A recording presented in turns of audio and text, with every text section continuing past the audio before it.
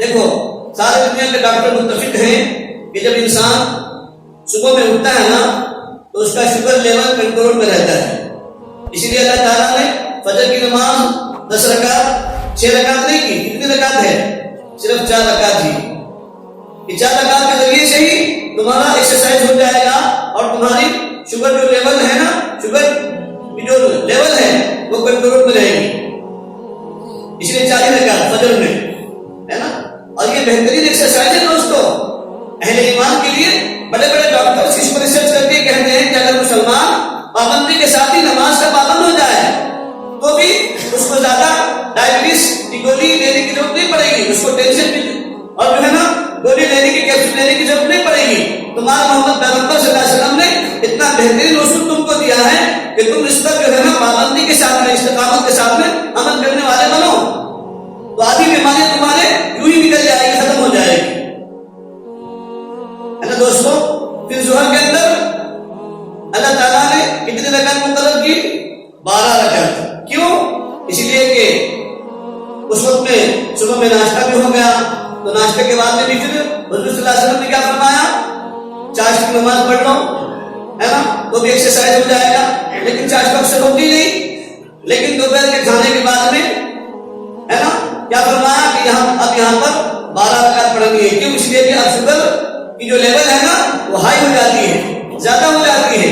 اب اس sugar level کو control کرنے کے لیے اس کا ایکسرسائز اللہ کے نبی صلی اللہ علیہ وسلم نے فرمایا کہ 12 رکعت نماز پڑھو تو تمہارا شوگر لیول جو ہے نا کنٹرول میں رہے گا. اب پھر اس کے بعد میں انسان چونکہ کام دھندے میں لگ جاتا ہے نا، تھوڑا آرام کرتا ہے. اس کے بعد میں دکان ہے، یہ ہے، دیگر کام کاج ہے، اس میں لگ جاتا ہے. اس لیے پھر کیا فرمایا؟ اب عصر کی نماز اور مشتمل طور پر جو ہے نا 4 رکعت یہ غیر سنت مؤکدہ ہے، سنت غیر مؤکدہ. اللہ کے نبی نے فرمایا پڑھیں گے تو ثواب ملے گا، نہیں پڑھنے پر گناہ نہیں ہے. لیکن 4 رکعت تو فرض ہے، وہ تو پڑھنا ہی پڑھنا ہے. اب چونکہ ایکسرسائز کی وجہ سے، چلنے پھرنے کی وجہ سے پھر تمہارا شوگر لیول کنٹرول میں رہا ہے تو اب کیا کرو؟ 8 رکعت ہی پڑھو بس. اب نہ 12 نہ 17 ہے نا. پھر مغرب میں کیا فرمایا کہ اب چونکہ بریک فاسٹ کا زمانہ ہے نا، کریم ملائی یہ سب چلتی ہے تو اب اس کے لیے پھر مغرب میں کیا فرمایا کہ 6 رکعت ہے، 3 رکعت فرض، 2 رکعت سنت، 2 رکعت نفل، اور پھر اس کے علاوہ 6 رکعت اوابین یہ پڑھو. لیکن اوابین تو اب تو ہماری زندگیوں سے معلوم ہی ہو گیا ہے. ہم تو صرف فرض پر اکتفا کرتے ہیں، سنت بھی بہت کبھی اللہ کے بندے پڑھنے والے رہ گئے، ورنہ تو سنت بھی زندگیوں سے نکل گئی. اور وہ بھی سنتیں مؤکدہ ہیں. مغرب کے بعد کی، فرض کے بعد میں جو 2 رکعت سنت ہے دوستو یہ مؤکدہ ہے، ہم اس کو بھی نہیں پڑھتے. پھر اس لیے اب عشاء کے بعد میں 17 رکعت کیوں؟ حالانکہ ظہر میں بھی کھانا کھایا تھا نا اور یہاں بھی کھانا کھا رہا ہے، لیکن اب اس کے بعد میں 17 رکعت کیوں؟ ہے نا. خود آقا صلی اللہ علیہ وسلم نے فرمایا اسی لیے کہ دوپہر میں جو اس کا شوگر لیول کنٹرول ہو سکتا تھا وہ اس وجہ سے کہ کھانے کے بعد میں اب تھوڑا سا اس نے آرام کیا، پھر اپنے کاروبار میں، چلنے پھرنے میں، ایکسرسائز میں لگ گیا، تو جس کی وجہ سے اس کا شوگر لیول کنٹرول میں رہا. اب چونکہ ایٹنگ کے بعد میں کیا کرے گا؟ سوئے گا ہی نا. اب کہاں نبی صلی اللہ علیہ وسلم کے سنت پر عمل ہے؟ ہمارا عمل نبی صلی اللہ علیہ وسلم کی سنت پر ہے کیا؟ اللہ کے نبی صلی اللہ علیہ وسلم نے کتنا بہترین اصول دیا ہمیں کہ رات کو کھانے کے بعد میں 40 قدم چلنا سنت ہے نا. اور دوپہر کو کھانے کے بعد میں کم سے کم ایک آدھا گھنٹہ، 20 منٹ، 15 منٹ قیلولہ کے لیے سے دیکھنا سنت ہے. لیکن ہوتا کہاں ہے؟ جیسے دسترخوان سے اٹھے، دستر سے اٹھے اور بستر پر گئے. اسی لیے اللہ کے نبی صلی اللہ علیہ وسلم نے فرمایا کہ اب چونکہ ایکسرسائز نہیں کر پاؤ گے تو اب عشاء کی نماز 17 رکعت پڑھو. ان اصولوں پر عمل کر لے. خدا کی قسم بتاؤ پھر ڈائبٹیز کے بیمار ہوں گے؟ ہوگی کیا؟ پھر السر کی بیماری ہوگی ہمارے اندر، کولیسٹرول کی بیماری ہوگی.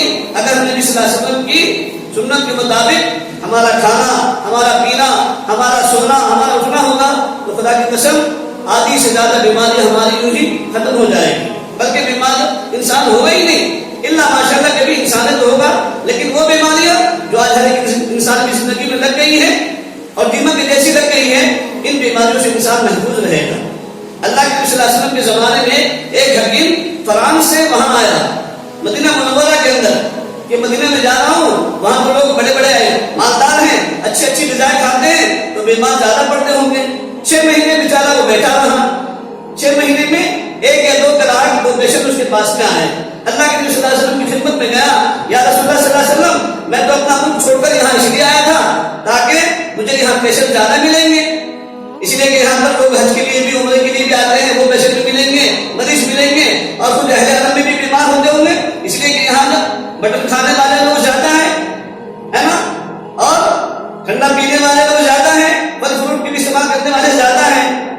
پیارے آقا صلی اللہ علیہ وسلم نے فرمایا، حکیم صاحب یہاں کے جو انسان ہیں وہ مجھ کو نمونہ بنا کر آئیڈیل بنا کر اپنی زندگی گزارتے ہیں، وہ اتنا ہی کھاتے ہیں جتنا ان کا معدہ قبول کرتا ہے نا، بلکہ جس وقت ان کو تیز بھوک لگتی ہے، شدت کی بھوک لگتی ہے تو وہ کھانا کھاتے ہیں، اور جب ان کو مزید کھانے کا ہے نا اور جذبہ بڑھتا ہے تو وہ اپنا ہاتھ روک لیتے ہیں، اس لیے ان کو بیماری لاحق نہیں ہوتی۔ وہ حکیم پریشان ہو گیا کہ میں آپ کی بات سے ایگری ہوں، ہے نا، آپ کی بات کو میں ایکسپٹ کرتا ہوں، یقیناً یہی اصول ہے طبیبوں کا، یہی اصول ہے ڈاکٹروں کا کہ اگر انسان صحیح معنوں میں کھانا کب کھائے، جب اس کو شدت کی بھوک لگ رہی ہو تو کھائے، اور جب اور مزید کھانے کا اس کو ذوق پڑ رہا ہو تو ہاتھ روک لے، تو انسان بیمار نہیں پڑے گا۔ وہ بیچارہ حکیم صاحب وہیں سے جو مشکل کے بعد وہاں سے چلا گیا کہ حضور صلی اللہ علیہ وسلم میں جاتا ہوں اپنے ملک میں ہی اچھا ہوں، وہاں تو مجھے پیشنٹ ملتے ہیں، مریض ملتے ہیں، یہاں تو 6 مہینے میں صرف 2 ہی پیشنٹ ملے ہیں، ہے نا دوستو۔ تو یہ اصول اللہ کے نبی صلی اللہ علیہ وسلم نے ہمیں بہت اچھا انمول اور گولڈن رول دیا ہے ہم سب کو، لیکن ہم گولڈن رول پر عمل نہیں کرتے دوستو۔